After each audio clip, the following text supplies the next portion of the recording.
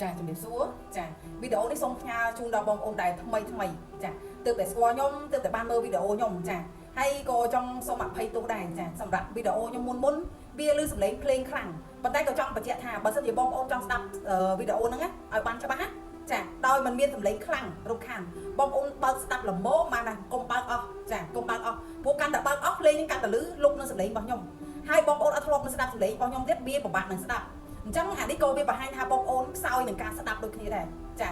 ាក៏មានកំហុសខ្ញុំដែរកំហុសដែលខ្ញុំដាក់ភ្លេងវាលឺពេលដែលខ្ញុំធ្វើវាអត់សូវលឺទេប៉ុន្តែដល់ពេលខ្ញុំនិយាយចប់គឺវាលឺខ្ញុំអត់អាចត្រឡប់ទៅធ្វើវាមួយសារទៀតទេព្រោះពេលដែលខ្ញុំនិយាយពេលខ្លះខ្ញុំអត់បានព្រៀងមេរៀនអីទុកទាំងអស់គឺខ្ញុំត្រូវនិយាយអីខ្ញុំនិយាយចេញពីខាងក្នុងមកច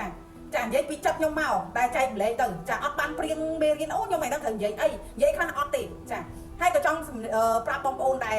ទើបតែស្គាល់ខ្ញុំចាចង់រៀនឲ្យច្បាស់គ្រប់ទីចាចង់បញ្ជាក់បងប្អូនថាពេលដែលបងប្អូនកំពុងតែជួបបញ្ហាជួបនឹងវិបត្តិក្តីចាជួបបញ្ហាអីក៏ដោ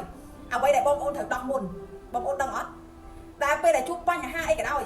បងប្អូនចាំបាច់ពេលដែលដោះមុនចាំបាច់បំផុតគឺចិត្តបងប្អូនព្រោះគ្រប់យ៉ាងដែលវាកើតចេញមកគឺវាប៉ះពាល់នៅខាងក្នុងរបស់យើងមិនថាសុបាយចិត្តមិនថាបងប្អូនពិបាកចិត្តចាគឺវាស្ថិតនៅលើចិត្តរបស់យើងត្រូវសម្រួលចិត្តឲ្យយើងឲ្យល្អសិនឲ្យវាមានអារម្មណ៍ថាទទួលយកចាគឺចិត្តយើងព្រមទទួលយកសិនបន្ទាប់មកចាចាំទៅដោះស្រាយជាមួយនឹងបញ្ហាពេលដែលយើងមានបញ្ហាចូលមកភ្លាមបងប្អូនមានអារម្មណ៍ថាងឹតឈឹងអត់ដឹងថាដោះតាមណាអត់ដឹងថាត្រូវធ្វើអីហើយចិត្តនឹងក្តៅចិត្តនឹងភ័យចិត្តនឹងបារម្ភចិត្តនឹងព្រួយចាគឺវាចេញពីចិត្តនឹងទាំងអស់អញ្ចឹងត្រូវសម្រួលចិត្តនឹងឲ្យទៅព្រមទទួលយកសិនចាហើយបងប្អូនដោះតាមតាណាបងប្អូននឹងឃើញថាផ្លូវដោះវាដោះតាមណាធ្វើចិត្តនឹងឲ្យត្រជាក់ចិត្តនឹងឲ្យព្រមចាអញ្ចឹងត្រូវធ្វើម៉េចត្រូវមកសម្រួលចិត្តខ្លួនឯងការនៅជាមួយខ្លួនឯងស្ងៀមស្ងាត់ដោយវិភាគនៅបញ្ហាហ្នឹងបណ្ឌិតមើលថាបញ្ហាហ្នឹងកំពុងតែបរៀនបងប្អូនពីអីចាហើយបងប្អូននឹងមានសម្លេងមួយដ៏ជ្រៅពីក្នុងចិត្តថាពេលដែលយើងស្ងប់ស្ងាត់ពីខាងក្រៅយើងស្ដាប់នៅលោកខាងក្នុងខ្លួនឯងចាចិត្តមួយដ៏ទូចមុតសួចមកបង្ហាញផ្លូវយើងថាយើងគួរធ្វើនេះយើងគួរធ្វើនោះយើងដោះស្រាយបែបនេះយើងដោះស្រាយបែបនោះចាចង់ប្រាប់អញ្ចឹងពេលដែលបងប្អូនមិននៅជាមួយអ្នកណាមិនពិភាក្សាអ្នកណាច្រើនចាបងប្អូនយកពេលវេលាបន្តិចដកដង្ហើមឲ្យជ្រៅដកដង្ហើមឲ្យវែងជ្រៅទទួលដឹងថាបានដកដង្ហើមពេញពោះបងប្អូននឹងមានអារម្មណ៍ថាធូរស្រាលជាងមុនបន្តិចចាហើយដោយការស្មឹងស្មាតចានៅជាមួយខ្លួនឯងព្យាយាមស្ដាប់សំឡេងខាងក្នុងសម្រួលនៅចិត្តសម្រួលនៅអារម្មណ៍ចាអញ្ចឹងហើយអ្នកដែលចង់ចាប់ដើមរៀនប្រាប់សុខទីក៏ដូចគ្នាខ្ញុំប្រាប់ពីមូលហេតុដែលបងប្អូនស្ដាប់ភ្លាមអត់យល់ស្ដាប់ភ្លាមអត់ទាន់ចូលណាគឺបងប្អូនកំពុងតែមានថាមពលអវិជ្ជមានច្រើននៅក្នុងខ្លួនពេលដែលបងប្អូនស្ដាប់ភ្លាមអត់យល់ទេស្ដាប់ភ្លាមអត់មានអីជ្រាបចូលទៅក្នុងចាខួរក្បាលហ្នឹងទេជ្រាបចូលទៅក្នុងខ្លួនបងប្អូនទេចាអញ្ចឹងបងប្អូនត្រូវការពេលវេលានៃការស្ដាប់មិនមែនស្ដាប់មួយថ្ងៃមួយវីដេអូមិនមែនស្ដាប់មួយថ្ងៃតែមេរៀនមិនមែនគ្រាន់តែស្ដាប់មួយคลิปខ្លីចាបើសិនជាចង់ចាប់ផ្ដើមពិតប្រាកដទី1ទៅរៀន14ថ្ងៃស្ដាប់ហើយស្ដាប់ទៀតស្ដាប់ហើយស្ដាប់ទៀតមួយថ្ងៃហោចណាស់ក៏បងប្អូនត្រូវស្ដាប់ឲ្យសឹងតែដេកដើរឆោតអង្គុយដែរទម្រាំថាអាការស្ដាប់បងប្អូនហ្នឹងវាជ្រាបម្ដងបន្តិចវាស្មើនឹងការលៀងថាមពលអទឹកខ្មៅនៅក្នុងខ្លួនបងប្អូននេះចាខ្ញុំស្ដាប់អស់ជាងរយៈពេលជាង2ឆ្នាំណាទម្រាំមានខ្ញុំអីហ្នឹងហើយខ្ញុំពីមុនក៏ធ្លាប់និយាយពីប្រវត្តិខ្លួនឯងដែរចាប្រវត្តិដ៏ជូរចត់ប្រវត្តិដ៏កំសត់ប្រវត្តិតែវាជួបនៅបញ្ហាចាក់ស្រេះចាសឹងតែចងកម្ដងណាចាគឺខាត់ចិត្តនេះ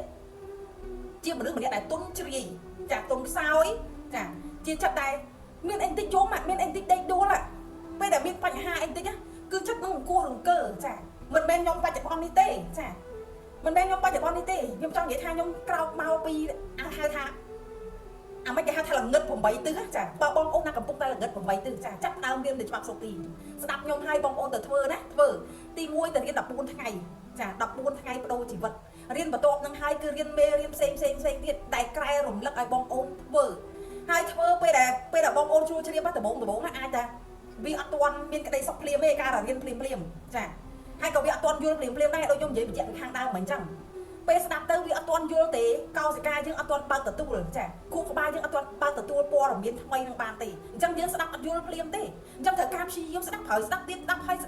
យយកទៅអនុវត្តទៀតគេឲ្យអនុវត្តអីខ្លះបើកភ្លេងមកកតញ្ញូដឹងគុណសម្ដេចដឹងបុណ្យគុណគ្រប់យ៉ាងដែលខ្លួនឯងកំពុងមានសម្ដេចដឹងបុណ្យគុណខ្លួនឯងដែលមានជីវិតរស់នៅប្រចាំថ្ងៃទៀតចាបងប្អូនយូរទៅបងប្អូននឹងមានអារម្មណ៍ថាក្តីសុខចេញពីចិត្តមកចាមានបញ្ហាអីក៏បងប្អូនអត់ងាយអង្គុយអង្គើចិត្តដែរចិត្តនេះចាប់ដើមរឹងមាំចាមានអារម្មណ៍ថាក្តីសុខនៅផ្លូវចិត្ត ចាឲ្យចាប់ដើមឃើញថារឿងល្អចាប់ដើមមកម្ដងបន្តិចចាវាអត់មកហ្មងឈូម្ដងទាំងអស់ឲ្យបងប្អូនទេចាហើយវាត្រូវការលៀងអាថាមពលចាស់អ្វីដែលបងប្អូនស្រូបទាញពីមុនមកអស់ទៀតចាវាស៊ីសងគ្នាឲ្យដាច់សិនណាចាអញ្ចឹងបងប្អូនណាដែលចង់រៀនជាមួយខ្ញុំតែមានគ្រូចាដែលនាំព្រោះបងប្អូនខ្លះចារៀនបន្តិចបោះចោលពេលដែលជួបបញ្ហាទេអត់ដឹងសួរទេណាអត់ដឹងទៅមុខរបៀបមិនទៀតចាអត់មានកម្លាំងចិត្តនឹងដើរទៅមុខព្រោះអត់មានអ្នកជំរុញអត់មានគោលដៅច្បាស់លាស់អត់ទាន់ចេះដាក់គោលដៅចាអ្នកដែលក៏បើសិនជាបងប្អូនរៀនយូរហើយចាខ្ញុំក៏មានខុសសម្រាប់បងប្អូនឲ្យឡើង level ដូចគ្នាដែរចាខុសកលឹះដាស់ចិត្តចាជីវិតសាងជីវិតស្ដុកស្ដំចាជាខុសដែលបំពេញនៅភាពស្ដុកស្ដំបំបត្តិភាពខ្វះខាតចាឲ្យបងប្អូនកាន់តែយល់ច្បាស់នៃអារម្មណ៍នៃស្ដុកស្ដំចាបងប្អូនរៀនខុសហ្នឹងតែបើបងប្អូនដែលកំពុងតែអត់ទាន់ស្រូបទាញបានចា